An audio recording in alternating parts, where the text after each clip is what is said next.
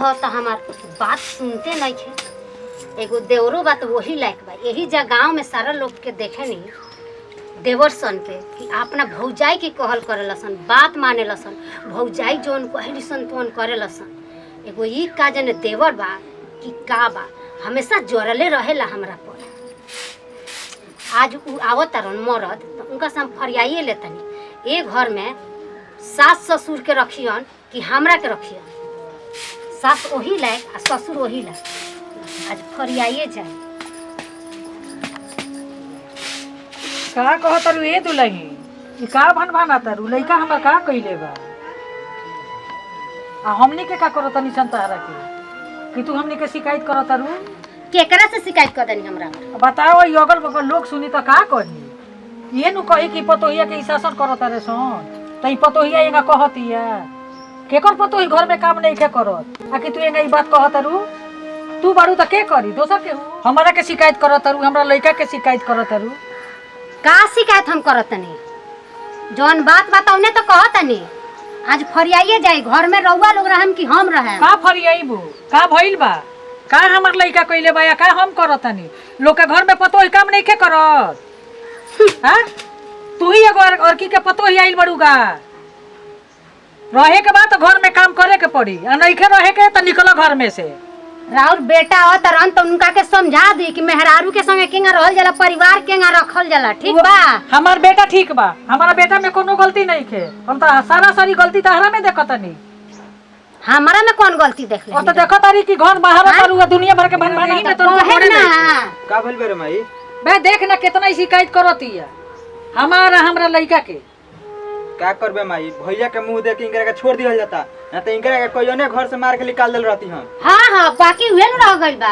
तोहरे लोग के हिम्मत बे घरवा से निकाल देवे। चिंता मत करो, दया में हमरा बाबू के।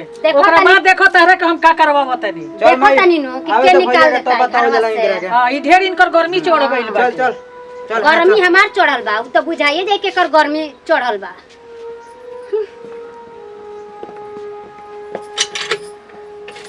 हमरा के बताई दे बुझाइए जाए। लगता हमरा पतोहिया में मलिकाइन में झगड़ा भइल बा। का तू कहां बाड़ू हो? हने आवा। का घरवा में हल्ला भइला हो? का सुनाता हो? ए महाराजू काम करतिया उ दुनिया भर के बात बोलतिया। केकरा घर के बेटी पतु आंगन घर ना करेले। करबे करेले करही खातिर आइल बिया बेटी ना पतोही ना तो ना करी। जितने हमरा के बोलतिया उतने बड़का बाबू के बोलतिया उतने छोटका बाबू के बोलतिया। अच्छा अच्छा तो बेटा आवेला तो ओकरा से कहो।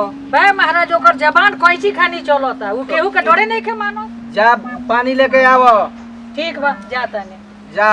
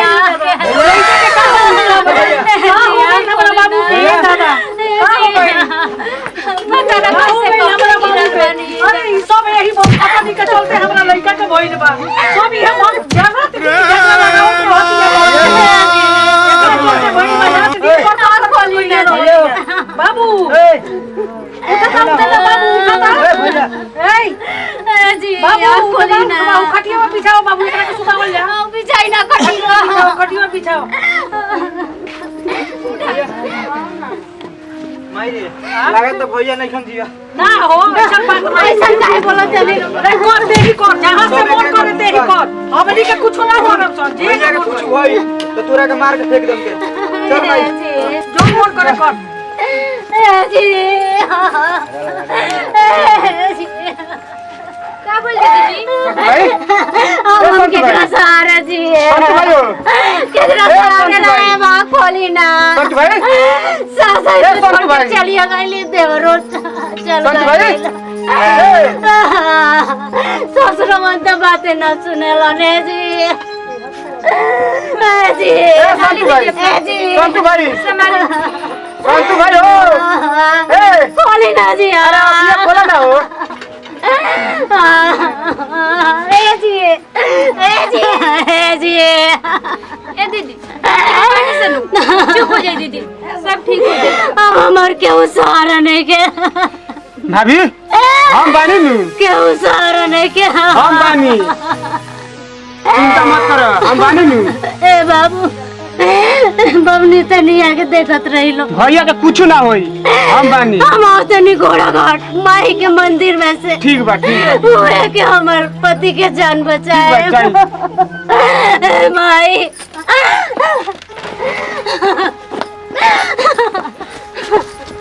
माई माई हम रुआ दरबार में माई माई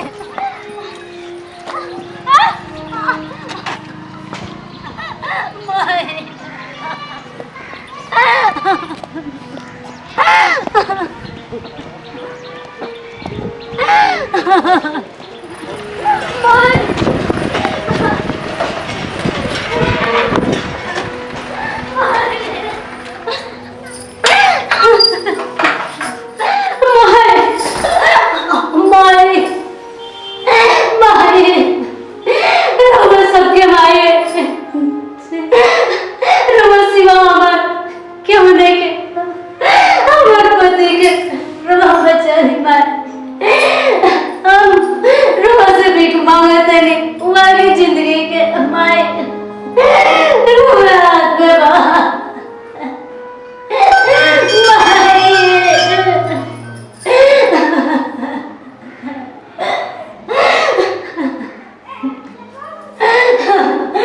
माँ तू मुझे अपने आंचल में छुपा ले पति के बचा ले तेरे सिवा कोई नहीं माँ तू मुझको अपने आंचल में छुपा ले पति को बचा ले तेरे सिवा कोई नहीं घोड़ा घाट वाली माई सुनने वाली राउर महिमा अपरंपार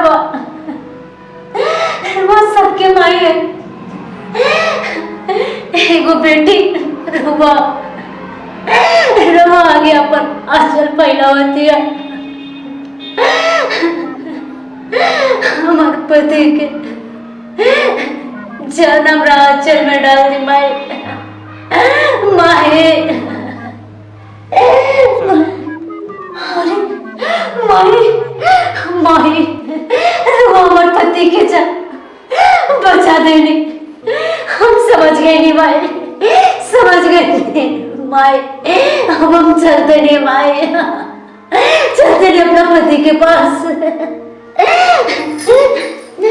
जी है घोड़ा घाट वाली माई इस दुखिया का दुख करो दूर इस लड़की का कल्याण करो ये आपकी दरबार में आके बैठी हुई है इतना जनता के सामने इनको दूर कर दो तू क्या मांगती है और क्या चाहती है उस माँ से मांगो तो उनकी अर्धांगिनी है बेटी है हमारी माँ की तरफ से आशीर्वाद है तुम्हारा संतू भाई अरे भैया अभी ले होश में ना आइले भैया हे भौजी कहाँ बड़ी हो बनिए दीदी जी मंदिर अभी ले नहीं की आई। अरे बाप रे माई ए बाबूजी का हो ऐसे बाबू भैया अभी ले होश में ना आइले हो दादा भैया ए भैया उठा ना भाई हो गए बाबू भैया उठाओ क्या का हो गए भैया भैया है बाबू उठा था उठा भैया। अरे वही बप काटी के चलते सब हो गइल बा रात दिन झगड़ा करतिया रात दिन कर करतिया भैया। हमारा लड़का के ले लिहला से दांत उठा ना हमारा बाबू के बाबू। काजे ने का हो गई अरे भौजी आ गई यही भैया कटनी के चलते हमारा लड़का के ही हाल भइल बा हे माई रोवा कुछ मत बोली हम घोड़ा घाट मंदिर पे गए नहीं घोड़ा घाट माई का आशीर्वाद मिल गई बा हम यहाँ के ठीक हो जाए ये घोड़ा घाट वाली माई हमरा पति के जान लौटा दी रोवा सिवा मर के वो नहीं के माई माई अरे भैया को रोवा ठीक हो गई नहीं भाई लोग का भइल बा माई का भइल बा माई ठीक हो गया भैया ठीक हो गइले बाबू का भइल बरी अरे रउआ भैया अचानक गिर गए रहनी नीचे। तू बेहोश हो गइल भैया ना उठ चला जाता है कितना जगह उतरनी है कितना उठत ल भौजी गइली हम आई के लगे भाई हां भाई तोरा कुछ तो हमरा कुछ समझ में नहीं आवत भाई इतना लोग काहे बा पता ना तारा का हो गइल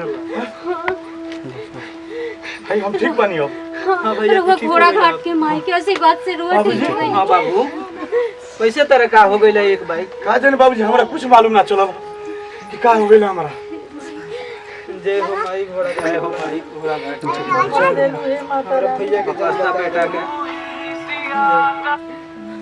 भैया तू ठीक बड़ा ठीक बानी हां ठीक है हमरा प्यास लगता पानी ले भौजी पानी ले आवा पानी ले आओ जल्दी ले आओ हो पानी जल्दी से।